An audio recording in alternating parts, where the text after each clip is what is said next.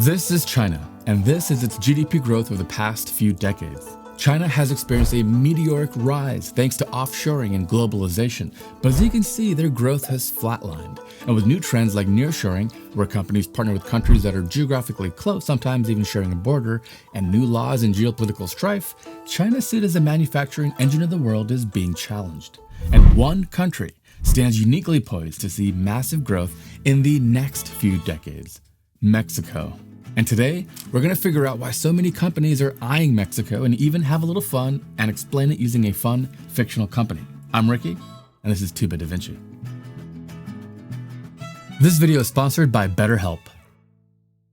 The year is 2016, and the hero of our story, let's call him John, just launched a new EV company called Avocado EV. The company gets off on a strong footing. John's designs are groundbreaking and offer efficiency, range, and safety at a fraction of the competitor's cost. Like most other companies, he offshored manufacturing and assembly to most of the parts to China.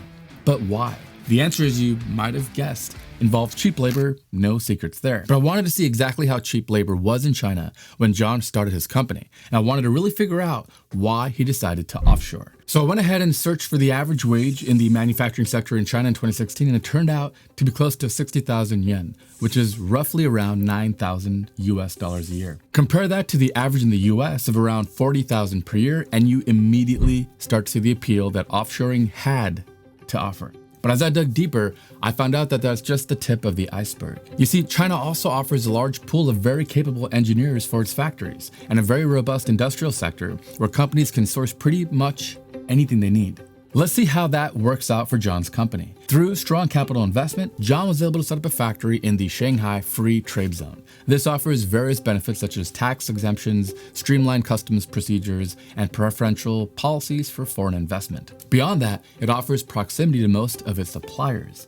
The factory's supply chain is 95% localized in China, meaning that most of the inputs come from domestic Chinese companies. For example, the factory sources most of its battery cells from China's contemporary Amperex technology company CATL, which is the world's largest supplier of lithium-ion batteries for electric vehicles. The factory also relies on a large network of local suppliers and other parts and components such as motors, inverters, chargers, seats, windshields, and tires. These suppliers are mostly located within a 4-hour driving distance, enabling Avocado EV to have a close and collaborative relationship with its suppliers and to optimize its inventory management and logistics operations. The unique combination of low production costs and convenience is in part what spurred China's huge economic growth over the past few decades and what fueled the globalization in the world economy. However, it would also be the key source of its demise. Global trends and politics, it's complicated, much like our stressful modern lives, and why I have to tell you about our sponsor this week, BetterHelp. Whether it's the stresses of juggling work and family or challenges like anxiety or depression, mental health matters. We're living in a golden age of mental health with platforms like BetterHelp that make finding a therapist easier because it's online and remote. And by filling out a few questions, BetterHelp can match you with professional therapists in as little as a few days. BetterHelp's mission is to make therapy more affordable and accessible. And that's an important mission because finding a therapist can be tough. Like all great relationships, you have to have that connection, and they make it easy, and you can easily switch to a new therapist at no additional cost without stressing about insurance or who's in network or anything else. There's no time like right now to do something about your mental health. Get BetterHelp with your mental health. Click the link in the description or visit betterhelp.com/2bitdavinci to save 10% off your first month today. Huge thanks to BetterHelp and you for supporting the show. So it's the beginning of 2018 and John is flying high. Everything is going better than planned. They're making and selling a decent amount of EVs for such a young company, and they're loving it. But on June 15, 2018, after accusing China of unfair trade practices, the US government imposes a 25% tariff on $36 billion worth of Chinese imports and later expanded it to $50 billion, officially starting a trade war with China that would have far-reaching implications. By 2019, more than $550 billion worth of Chinese imported goods spanning over 10,000 item categories were impacted by the trade war between China and the US. For John and his company, things were looking bad. The tariffs directly impacted many of the parts that they relied on for making EVs, including DC electric motors and primary lithium-ion battery cells. But worse than that, the US also imposed a 25% tariff on imported automobiles, including internal combustion, hybrid, plug-in hybrid, and yes, EVs. And this was catastrophic for John's company because it immediately made his cars 25% more expensive in the US market. Then, disaster struck from Wuhan, China at the end of 2019. The COVID-19 pandemic hits and global supply chains are completely disrupted. John's company is forced to cease operations entirely due to a lockdown measure. In a brave move, John decides not to lay off any workers, paying them a reduced wage out of his own pocket to help them through the darkest hours of lockdown, almost going bankrupt. The company barely survives. By the end of 2021, when the worst of the pandemic is over, the company is back in production, but things aren't the same. There's a massive new crunch in global shipping due to travel restrictions, too much demand, and not enough production to cover it. 1 year later, our hero John decides to start over, but this time, he's hell-bent on doing things differently. The company keeps its Shanghai factory in operation to supply the Asian market, but they decide that it just won't do for the US market. John has to find an alternative production site, but he needed to find it in the right place. Once he found it, he called up a meeting with his investors and dropped the bomb. We're setting up shop in Monterrey, Mexico. Let's forget about China for a minute and think about what the ideal manufacturing hub looks like for a company like John's in light of the events of COVID-19 and the tariff wars. The first thing I would look for is another manufacturing hub closer to home that isn't subject to the same level of risk to the global supply chain.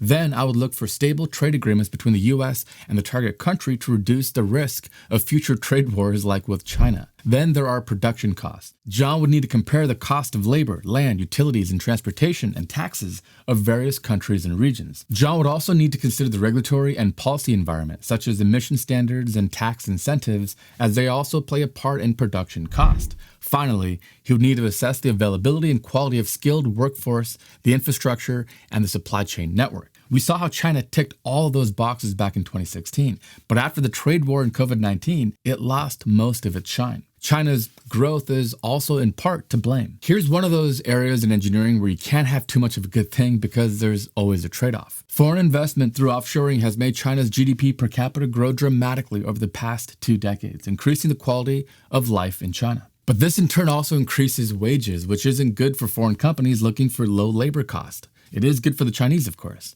Just look at this graph showing average Chinese wages in the manufacturing sector. They've increased over 30% since 2016 when John started his company. This alone raised production costs in China significantly. John explained this to his investors, how these factors are eroding China's appeal in the global economy and how they're slowly making producing things more expensive. So what John needs then is a new manufacturing hub, and Mexico fits the bill perfectly. First, there's no need to point out that it's as close as you can get to the US, sharing a border of almost 2,000 miles. This is the ideal scenario for a new trend in the global economy, nearshoring, or offshoring manufacturing to a nearby country instead of to a faraway place like Asia. Nearshoring has many benefits. It gives small companies like John's more flexibility, allowing them to produce on their own timetables and not depend on storing parts or raw materials. It lets companies find and correct mistakes in production quickly, and it also makes it easier to check on production quality and raw materials used, ensuring they are not pirated. It enables faster turnaround times thanks to shorter shipping routes. A shipping container from Mexico to New York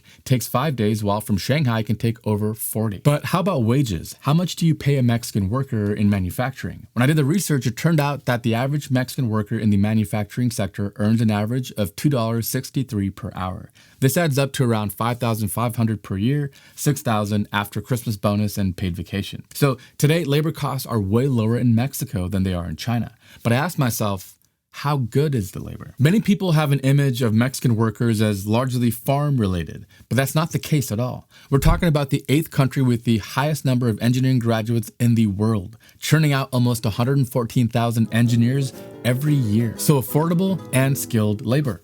Check. Since July 1st, 2020, Mexico has had a free trade agreement with the US and Canada under the United States-Mexico-Canada Agreement, USMCA.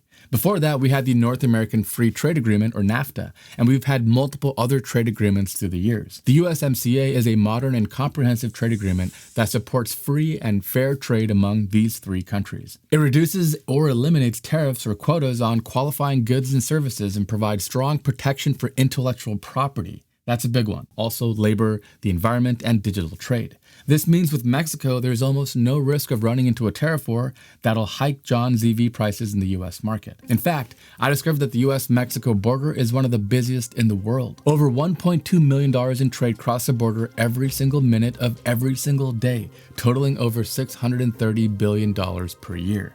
So good and stable trade relations with the US? Also a check. And if you're thinking that Mexico is just now becoming a manufacturing hub, you'd be wrong. They've been at it for years. Many of the electronics that we hold dear, like Apple and Samsung components, smartphones, TVs, are in some part made in Mexico. And Mexico's auto industry is off the charts. It is the world's 7th largest passenger vehicle manufacturer, producing 3.5 million vehicles annually. 88% of vehicles produced in Mexico are exported, with 76% destined for the United States. Mexico's automotive sector is also one of the most diversified in the world, with 22 OEMs and more than 2,000 suppliers. That's why major brands like Toyota, the world's largest manufacturer, GM, and Tesla all have or are planning multiple factories in different parts of the country. This is perfect for John because it means building a factory in Mexico will be supported by multiple local car part manufacturers, similarly to what we have in Shanghai. So stable supply chain. Check. I'll be the first to admit that I didn't know Mexico was such a manufacturing powerhouse, much less that it could actually challenge China on the world stage. But it can, and it is. In part thanks to the trade war between the US and China, Mexico grew to become the US's greatest trade partner in 2023, single-handedly accounting for over 15% of all US import. Now, you would think that this is all because of American companies setting up shop in Mexico like they did in China last century, but that's not the case. In fact, what's happening today is that Chinese companies are moving to Mexico to manufacture their products for the US market there. Just look at how Chinese direct investment in Mexico has grown the last few decades. For example, China's Lingong Manufacturing Group is investing $5 billion in an industrial park in Mexico's northern state of Nuevo León. But of course, nothing is ever perfect. There are several challenges to overcome in Mexico. Mexico ranked 126th among the 180 countries in Transparency International's 2022 Corruption Index. That means of 180 countries, number 1 would be the most honest and transparent. 180 is the worst. Mexico be 126, which is not great. Another key problem is that most people worry about security. There are several large drug cartels operating in northern Mexico. Another challenge that manufacturing in Mexico faces is the poor quality and availability of infrastructure, such as roads, railways, ports, airports, electricity, water, and telecommunications. According to the World Economic Forum, Mexico ranked 67th out of 141 countries in the Global Competitiveness Index in 2022 and scored low in infrastructure, 64th, road connectivity, 76th, quality of road infrastructure, 79th, and electricity access, 85th. Regardless of these challenges, as it stands, Mexico is an almost perfect alternative to China for every company that wants to make things for the US market, the world's largest economy. But I wondered, is Mexico really capitalizing on this opportunity? If it was, I would expect to see Mexico's share of the US imports increase dramatically since 2018, right? I found one person who said Mexico hadn't capitalized at all on the opportunity and that the volume of imports from Mexico had barely changed.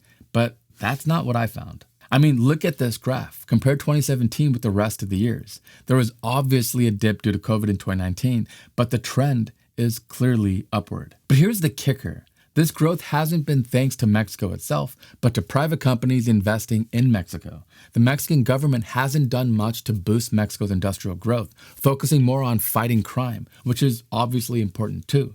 However, the government has taken some steps in the opposite direction. One of López Obrador's first actions in government was to shut down Pro-Mexico, a subdivision of the Secretariat of Economy that used to promote international trade and investment. There have also been reports of AMLO taking aim to private companies following socialist economic models like Venezuela's. I don't know the exact context here, so I won't judge these actions, but I will say that these political systems have been a proven way to cripple the economy of these countries. Perhaps you figured out by now that John and this company, Avocado EV, aren't real, but they're based on real companies like Tesla and others. Theirs is a story of many US companies, which is now switching from China to Mexico in a new trend that is challenging globalization. Because of Mexico's proximity to the US, I think most Americans have more of a context of Mexico than they do of China. China is just a distant place.